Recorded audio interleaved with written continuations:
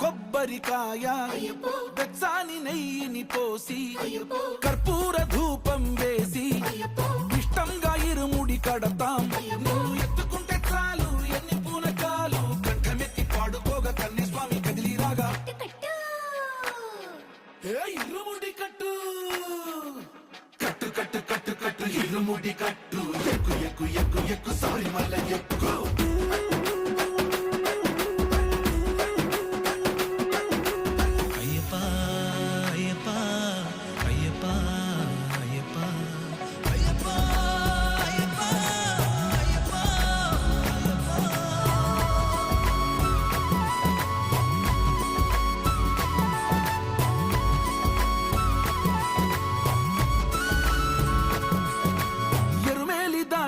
వస్తాం పంబలో నమూనకే వేస్తాం అప్పాచి మేడు